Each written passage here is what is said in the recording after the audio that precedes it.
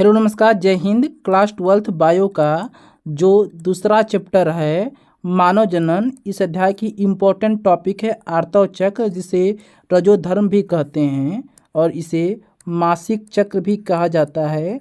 यह जो टॉपिक है इम्पोर्टेंट है, यहाँ से प्रश्न आपके एग्जाम में पूछे जाते हैं। अगर आप इस वीडियो को पूरा देख लेंगे तो यह जो टॉपिक है आपको पूरा याद हो जाएगा। कोई भी प्रश्न इस टॉपिक से पूछा जाएगा परीक्षा में तो आप उसका उत्तर आसानी से लिख पाएंगे, कोई समस्या नहीं होगी। बहुत ही सरल भाषा में इस टॉपिक को पढ़ाएंगे, क्योंकि मासिक चक्र इस अध्याय की इम्पोर्टेंट टॉपिक है। 5 स्टार लगा लीजिए, यहाँ से प्रश्न एग्जाम में ज़रूर पूछा जाता है। तो चलिए, सबसे पहले बहुत ही सरल भाषा में आपको हम एक एक पॉइंट को एक्सप्लेन करेंगे। इस टॉपिक का जो एक एक पॉइंट है उसे एक्सप्लेन करेंगे ताकि आपका पूरा डाउट क्लियर हो जाए और यह जो टॉपिक है आपको याद हो जाए, जीवन में कभी नहीं भूलेंगे। तो चलिए शुरू करते हैं। सबसे पहले हम बात करते हैं आर्तव चक्र है क्या। तो आर्तव चक्र मादा यानी कि स्त्री में होने वाली एक प्रक्रिया का नाम है। स्त्री में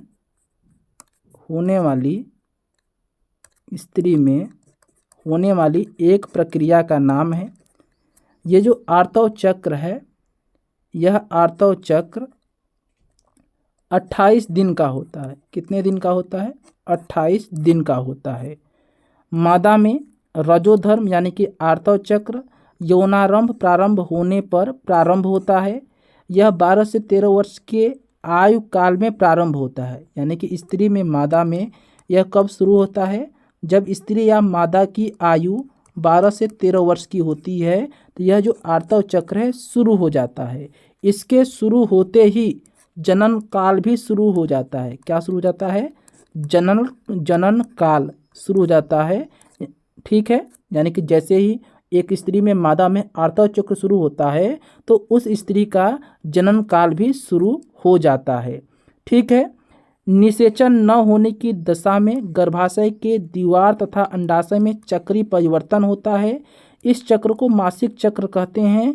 यह लगभग 28 दिन का होता है। यानी कि जैसे ही स्त्री 12 से 13 वर्ष की होती है तो यह जो आर्तव चक्र है शुरू हो जाता है। इसके शुरू होते ही जनन काल भी शुरू हो जाता है और निषेचन न होने की दशा में यह जो चक्र है 28 दिन के अंतराल में लगातार होता रहता है। यानी कि यह जो आर्तव चक्र है 1 से 28 दिन चला, फिर से शुरू हो जाएगा, फिर 1 से 28 दिन चलेगा, फिर से शुरू हो जाएगा। ठीक है, एक चक्र की तरह ये चलता रहता है। कब? निषेचन न होने की दशा में। और निषेचन हो गया, गर्भधारण हो गया तो मासिक चक्र रुक जाता है। इतनी बात आपको समझ में आ गई। अगर हम थोड़ा डिटेल में बात करते हैं ताकि आपको और आसानी से समझ में आए, तो ये जो आर्तव चक्र है मादा में होता है। इसके शुरू होते ही जनन काल शुरू हो जाता है। स्त्री का जनन काल शुरू हो जाता है। किसी स्त्री में मादा में लड़की में जब आर्तव चक्र पहली बार होता है तो इसे कहते हैं रजोदर्शन। क्या कहते हैं? रजोदर्शन कहते हैं। और जब अंतिम बार होता है, याद रखेंगे, जब आखिरी बार किसी महिला में आखिरी बार या अंतिम बार जब आर्तव चक्र किसी मादा में होता है तो उसे क्या कहते हैं? उसे कहते हैं आपका रजोनिवृत्त। उसे क्या कहते हैं? रजोनिवृत्त कहते हैं। ये दोनों याद रखेंगे। ठीक है, हाँ, ताकि कोई दिक्कत ना हो। अगर आपसे एग्जाम में पूछा जाए कि आर्तव चक्र जब पहली बार किसी महिला में होता है तो उसे रजोदर्शन और अंतिम बार रजोनिवृत्त। पहली बार कब होता है? पहली बार होता है 12 से 13 वर्ष की उम्र में। ठीक है। अंतिम बार कब होता है? 45 से 50 वर्ष की उम्र में। ठीक है, 45 से 50 वर्ष की उम्र में अंतिम बार आर्तव चक्र हो सकता है। और जब अंतिम बार आर्तव चक्र होता है तो उसे रजोनिवृत्त कहते हैं। और आर्तव चक्र का समय कितना होता है? सामान्यतः 28 दिन का होता है। सामान्यतः कितने दिन का होता है? 28 दिन का होता है। ये जो 28 दिन का समय है आर्तव चक्र का, इसे मुख्यतः 3 भागों में बांटा गया है। कितने भागों में बांटा गया है? 3 भागों में बांटा गया है। पहला होता है रजोस्राव अवस्था। स्राव अवस्था जो कि 1 से 5 दिन का होता है। दूसरा क्या होता है? पूर्व अंडोत्सर्गीय प्रावस्था, पूर्व अंडोत्सर्गीय अंडोत्सर्गीय प्रावस्था जिसमें अंडाणु का निर्माण होता है। ये 6वें दिन से लेकर 14वें दिन तक चलता है। फिर आता है पश्च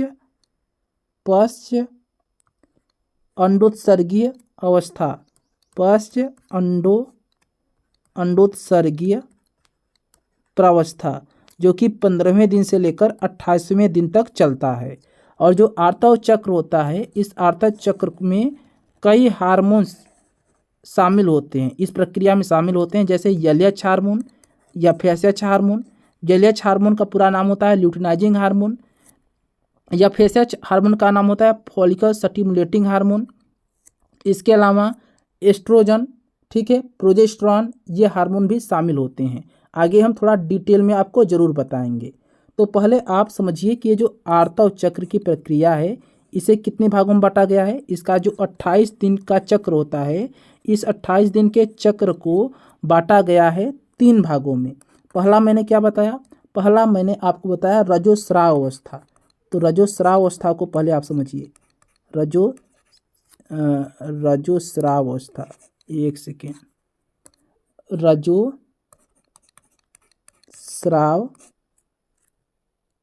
प्रावस्था, ये रजोधर्म का या आर्तव चक्र का पहला फेज होता है, पहला प्रावस्था होता है। अगर हम इसकी बात करते हैं, ये 1 से लेकर 5 दिन का होता है। पहले दिन से 5वें दिन तक की जो अवस्था होती है आर्तव चक्र की, उसे रजोस्राव प्रावस्था कहते हैं। इसमें क्या होता है? इसमें जो रुधिर होता है उसका स्राव होता है, रुधिर का स्राव होता है। और याद रखेंगे जो मादा हार्मोन्स है एस्ट्रोजन, उसकी मात्रा अत्यधिक कम हो जाती है। एस्ट्रोजन और प्रोजेस्टेरॉन हार्मोन की, एस्ट्रोजन और प्रोजेस्टेरॉन जो मादा हार्मोन्स हैं, इन हार्मोन्स की मात्रा क्या हो जाती है? ये कम हो जाती है, ठीक है, कम हो जाती है। यहाँ अगर मैं आपको डायग्राम दिखाऊं तो इस डायग्राम को देखिए। ये है आपका शुरुआत दिन, ये हो गया। यहाँ आप देखेंगे ये पहला दिन, दूसरा दिन, 5वां दिन। तो यहाँ पर क्या है? यहाँ आप देखिए ग्राफ, ये एस्ट्रोजन और प्रोजेस्टेरॉन की मात्रा क्या है? कम हो गई है। यहाँ बीच में सबसे अधिक हो गई है, बीच में क्या हो गई है? सबसे पीक पर, देख रहे हैं, ठीक है, देख रहे हैं ना, बढ़ने लगी। तो ये बीच में क्या है? ये 14वां दिन। तो 14वें दिन एस्ट्रोजन प्रोजेस्टेरॉन की मात्रा अधिक होती है, ठीक है। एलएच या एफएसएच हार्मोन की भी मात्रा 14वें दिन, मासिक चक्र के 14वें दिन सबसे अधिक होती है। इसे डिटेल में बताएंगे, पहले आप यहाँ समझिए। जो आर्तव चक्र का पहला प्रावस्था है रजोस्राव प्रावस्था, ये 1 से 5 दिन चलती है। इसमें रुधिर का स्राव होता है और जो मादा हार्मोन्स हैं एस्ट्रोजन प्रोजेस्टेरॉन, इनका जो मात्रा है वो कम हो जाता है, ठीक है। अब बढ़ते हैं दूसरा जो प्रावस्था है पूर्व अंडोत्सर्गीय प्रावस्था, पूर्व अंडोत्सर्गीय प्रावस्था। तो ये जो पूर्व अंडोत्सर्गीय प्रावस्था है ये 6वें दिन से लेकर 14वें दिन तक चलता है। इस प्रावस्था में क्या होता है? अंडाणु का निर्माण होता है। क्या होता है? अंडाणु का निर्माण होता है, ठीक है, समझ में आ गया। अंडाणु का निर्माण होता है और इसमें क्या होता है कि जो पूर्व अंडोत्सर्गीय अवस्था है, इसमें ये अंडाशय जो होता है, जो अंडाशय होता है, इस अंडाशय में जो पुटिका होती है, ये पुटिका धीरे धीरे बड़ी होने लगती है। 6वें दिन छोटी होती है, 7वें दिन थोड़ी बड़ी होती है, 8वें दिन थोड़ी और बड़ी होती है, 9वें दिन थोड़ी और बड़ी होती है, 10वें दिन थोड़ी और बड़ी होती है। कहने का मतलब है कि जो पुटिका है धीरे धीरे बड़ी होने लगती है। फिर बड़ी होकर 12वें 13वें दिन ग्राफियन पुटिका बन जाती है। ग्राफियन पुटिका का मतलब होता है कि जो पुटिका है पूरी तरीके से परिपक्व हो गई है। ग्राफियन पुटिका। यही जो ग्राफियन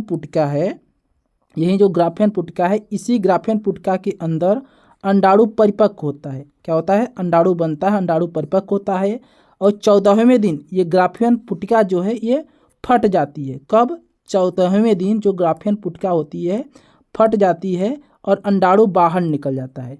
क्या होता है? अंडाणु बाहर निकल जाता है। समझ में आ गया? कब? 14वें दिन। जैसे ही ग्राफियन पुटिका फटती है, अंडाणु बाहर निकल जाता है और 14वें दिन एलएच हार्मोन यानी कि ल्यूटेनाइजिंग हार्मोन या एफएसएच हार्मोन यानी कि फॉलिकल स्टिमुलेटिंग हार्मोन की मात्रा अधिक होती है। अगर आपसे प्रश्न पूछा जाए कि आर्तव चक्र के किस दिन एलएच हार्मोन और एफएसएच हार्मोन की मात्रा अधिक होती है, तो आप कहेंगे 14वें दिन। 14वें दिन अधिक होती है, ठीक है, क्योंकि उस दिन अंडोत्सर्ग होता है। अंडोत्सर्ग का मतलब होता है ग्राफियन पुटिका से अंडाणु का बाहर निकलना। ठीक है, क्लियर हो गया। अब बात कर लेते हैं हम जो तीसरी प्रावस्था है। तीसरी प्रावस्था कौन सी है? पश्च अंडोत्सर्गीय अवस्था। पश्च अंडोत्सर्गीय प्रावस्था। इस पश्च अंडोत्सर्गीय प्रावस्था में क्या होता है कि यह पश्च अंडोत्सर्गीय प्रावस्था 16वें दिन से शुरू होती है और अंतिम दिन 28वें दिन तक चलती है।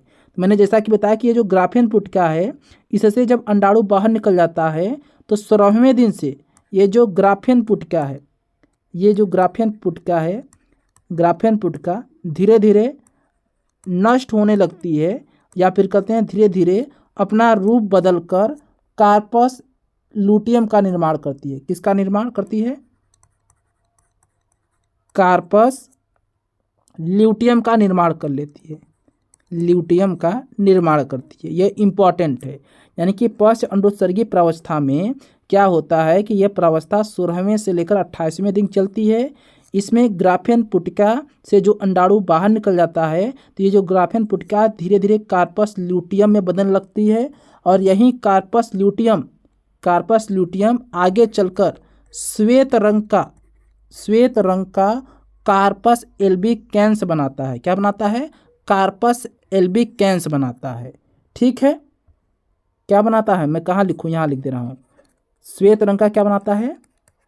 Corpus albicans. अगर आपसे प्रश्न पूछा जाए कि कार्पस एल्बिकेंस का निर्माण किससे होता है, तो आप कहेंगे कार्पस एल्बिकेंस का निर्माण कार्पस ल्यूटियम से होता है और ये पश्च अंडोत्सर्गीय प्रावस्था में बनता है। मासिक चक्र के पश्च अंडोत्सर्गीय प्रावस्था में बनता है। आपको क्या समझ में आया? आपको समझ में आया आर्तव चक्र के बारे में, यानी कि मासिक चक्र के बारे में, रजोधर्म के बारे में।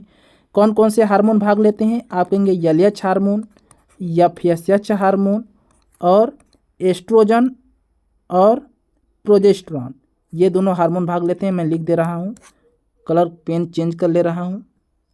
एस्ट्रोजन,